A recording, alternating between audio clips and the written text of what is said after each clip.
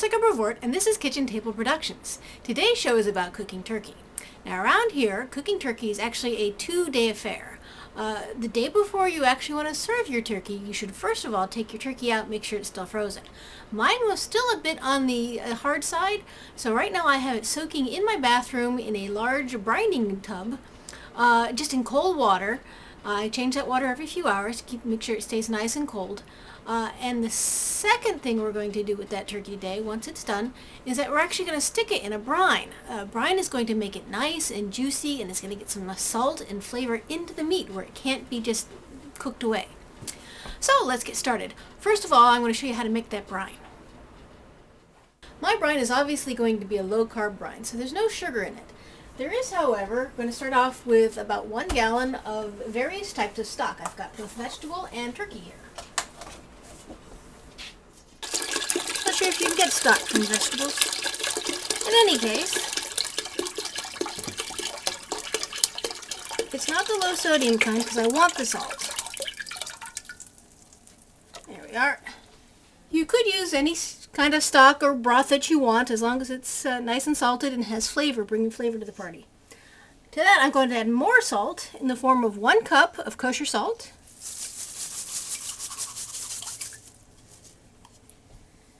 And more flavor with 1 onion that I've quartered and 2 stalks of celery that I've cut into pieces. There's about 6 there. And a couple of sprigs of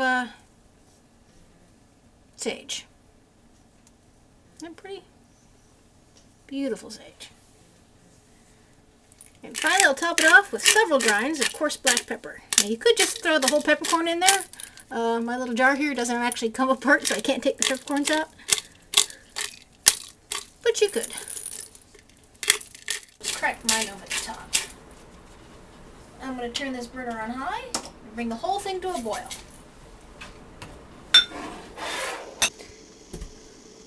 Okay, as you can see, the stock has come up to a full rolling boil.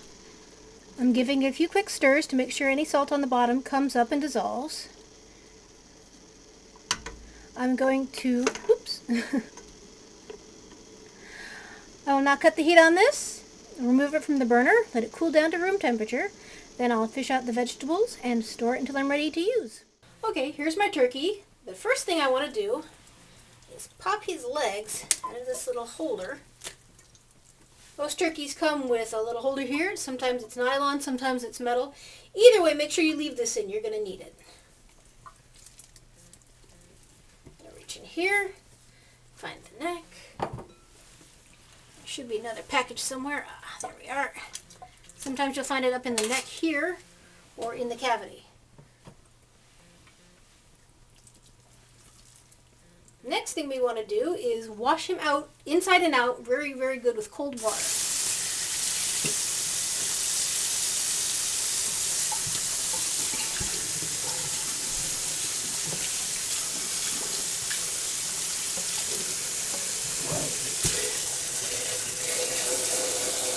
He tends to fill up fortunately.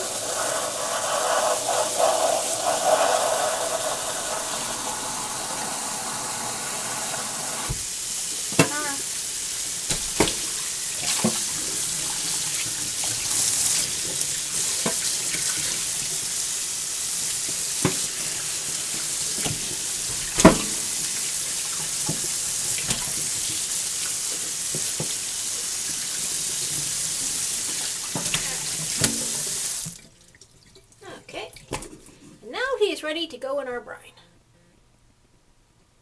Here's my brine mixture. I've put it into a 5-gallon paint pail that I got from the hardware store. Brand new, clean.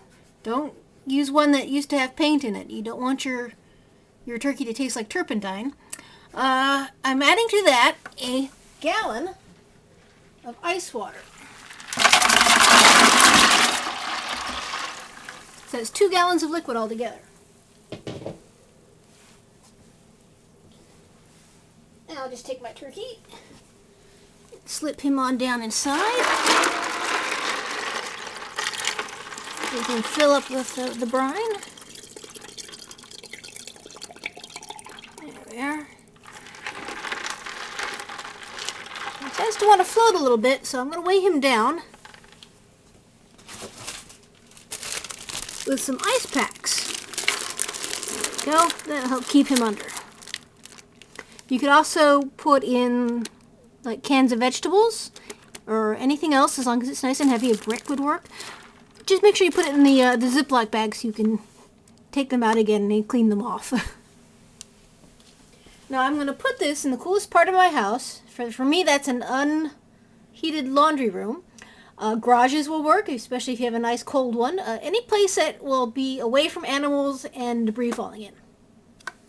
And we will let this sit and we will cook it tomorrow. If your turkey isn't quite covered, what you can also do is go ahead and heat up another half a gallon of water with a half a cup of salt, and then just pour it in until it comes up. That should make it come up nicely. You do want to make sure your turkey is all the way covered, because what's going to prevent bacterial growth here is all the salt. There's enough salt in here to keep any bacteria from forming. Now, all that salt is going to make your turkey drippings a little more saltier than usual. So if you want to make gravy out of your drippings, you should take that neck we pulled out earlier and boil it in a half a gallon of water, and then you can use it, unsalted water of course, you can use that to add turkey flavor to your drippings without, and dilute the salt without diluting the flavor. Well, that's the end of day 1. Look out for day 2 when we'll be roasting the bird. I'm Jessica Bourne, and this has been Kitchen Table Production.